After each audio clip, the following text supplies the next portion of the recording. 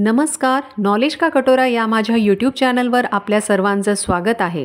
आज मी south Indian special dish rasam vada तयार करणार आहे।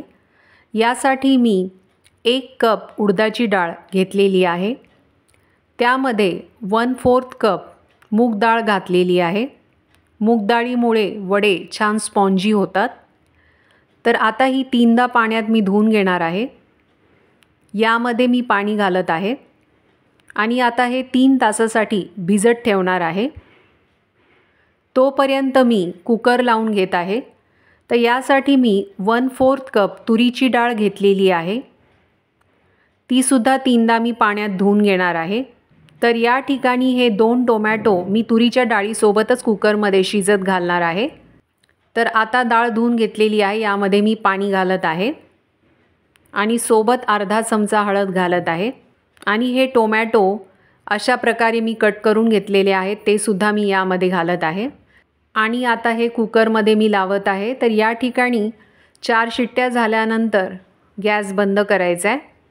या ठिकाणी चिंचसुद्धा भिजत घालायची आहे। तर मी यामध्ये थोडंसं पाणी घालून चिंच भिजत घातलेली आहे। कुकर झालेलं आहे। तर या ठिकाणी मी ही डाळ काढून घेतलेली आहे। आता ती मी बारीक करून घेणार आहे। तर अशा प्रकारे मी ही डाळ बारीक करून घेतलेली आहे। आता या ठिकाणी मिक्सरमधून मी वाटण करून घेणार आहे। त्यासाठी मी एक मीडियम साईज कांदा कट करून घेतलेला आहे। त्यामध्ये 5 लसूण पाकळ्या मी घालत आहे, अद्रक आणि थोडी कोथिंबीर। यामध्ये मी 5 मिरेसुद्धा घालत आहे आणि अर्धा चमचा जिरे हे पण मी त्यामध्ये घालत आहे। थोडंसं पाणी घालून हे वाटण मी करून घेणार आहे। तर अशा प्रकारे मी हे वाटण तयार केलेलं आहे। या ठिकाणी मी कढई घेतलेली आहे, त्यामध्ये 2 चमचे तेल मी घातलेलं आहे। अर्धा चमचा मोहरी मी घातलेली आहे। आता मोहरी फुटल्यानंतर या ठिकाणी जे वाटण तयार केलं होतं ते मी यामध्ये घालत आहे आणि छान तेल सुटेपर्यंत ते मी परतून घेणार आहे। आता यामध्ये जे बारीक केलेलं वरण आहे ते टाकत आहे। तर जी चिंच भिजत घातली होती त्या चिंचेचं पाणी पण मी यामध्ये घालत आहे। यामध्ये आता 1 चमचा काश्मीरी लाल तिखट मी घालत आहे। तुमच्या चवीनुसार तुम्ही तिखट जास्त घालू शकता। त्यानंतर मी यामध्ये अर्धा चमचा धने पावडर घालत आहे। 1 चमचा मी या ठिकाणी सांबार मसाला घालत आहे। तर इथे रस्सम मसाला तुम्ही घालू शकता किंवा सांबार मसाला घातला तरी टेस्ट खूप छान लागते। आणि त्यासोबत मी 2 चमचे गुळाची पावडर घालत आहे। पुन्हा एकदा हे व्यवस्थित हलवून घ्यायचे। तर साधारण अर्ध भांडं या ठिकाणी मी पाणी घालत आहे, कारण रस्सम हा पातळच हवा। यामध्ये मी आता चवीनुसार मीठ घालत आहे आणि आता गॅस मीडियम फ्लेमवर ठेवलेला आहे। तर साधारण 5 मिनटं तो मी तसाच ठेवणार आहे। छान उकळी अशी आल्यानंतर तो गॅस मी बंद करणार आहे। 5 मिनटानंतर छान उकळी आलेली आहे। या ठिकाणी मी थोडी बारीक कट केलेली कोथिंबीरसुद्धा घालत आहे आणि गॅस बंद करत आहे। तर या ठिकाणी आता मी तडका करून घेणार आहे। तर या ठिकाणी कढई घेतलेली आहे, त्यात थोडंसं तेल घातलेलं आहे आणि 4 लाल मिरच्या यामध्ये मी घालत आहे। सोबत पाव चमचा हिंग पण मी घालत आहे आणि त्यासोबत 10 ते 12 कढीपत्त्याचे पानं मी घालत आहे। चमच्यानी ते हलवून घेत आहे आणि आता हा तडका मी या रस्सममध्ये घालत आहे। तर रस्सम तयार आहे। जी डाळ भिजत घातली होती ती डाळ आता मी या मिक्सरच्या भांड्यात घेतलेली आहे आणि ती मी बारीक करून घेणार आहे।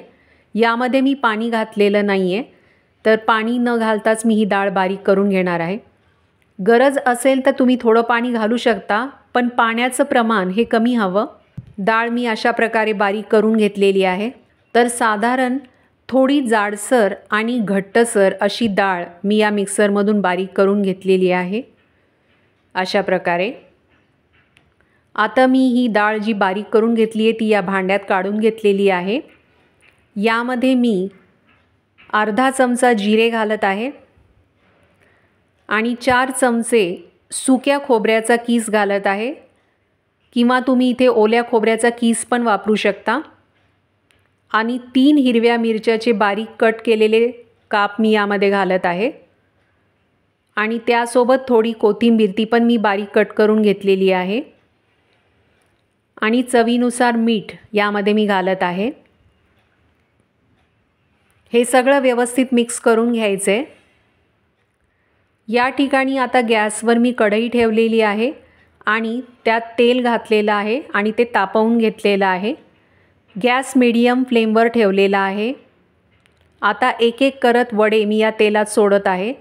हाताला थोडंसं पाणी लावून तुम्ही या ठिकाणी वडे सोडू शकता, म्हणजे ते चिकटणार नाही हाताला। तर गॅस मीडियम फ्लेमवरच ठेवलेला आहे आणि सोनेरी रंग येईपर्यंत हे वडे आपण त्यामध्ये तळून घेणार आहोत। तर दोन्ही साईडनी सोनेरी रंग आल्यानंतर ते वडे मी काढून घेत आहे। आता पुन्हा एकदा मी हे वडे घालत आहे। तर या ठिकाणी तुम्ही चमच्याचा पण वापर करू शकता। तर अशा प्रकारे हे वडे सोडल्यानंतर आता पुन्हा एकदा सोनेरी रंग येईपर्यंत ते तळून घेणार आहे। तर गरमागरम असे वडे तयार आहेत। तर या ठिकाणी रस्सम मी सर्व करत आहे। तर गरमागरम असा रस्सम तुम्ही वड्यासोबत, भाताबरोबर किंवा इडलीबरोबर पण खाऊ शकता। हे वडेसुद्धा क्रिस्पी झालेले आहेत, तुम्ही बघू शकता। तर आता हे वडे मी या रस्सममध्ये घालत आहे। खायच्या थोडंसं आधी आपण हे वडे रस्सममध्ये घालायचे आहेत। तर रस्सम वडा तयार आहे। चवीलाही भारी लागणारा असा रस्सम वडा जरूर करून बघा। हा व्हिडिओ आवडला असेल तर शेअर, लाईक, कमेंट करा आणि आणखी व्हिडिओ बघण्यासाठी सबस्क्राईब करा यूट्यूब चॅनल नॉलेज का कटोरा।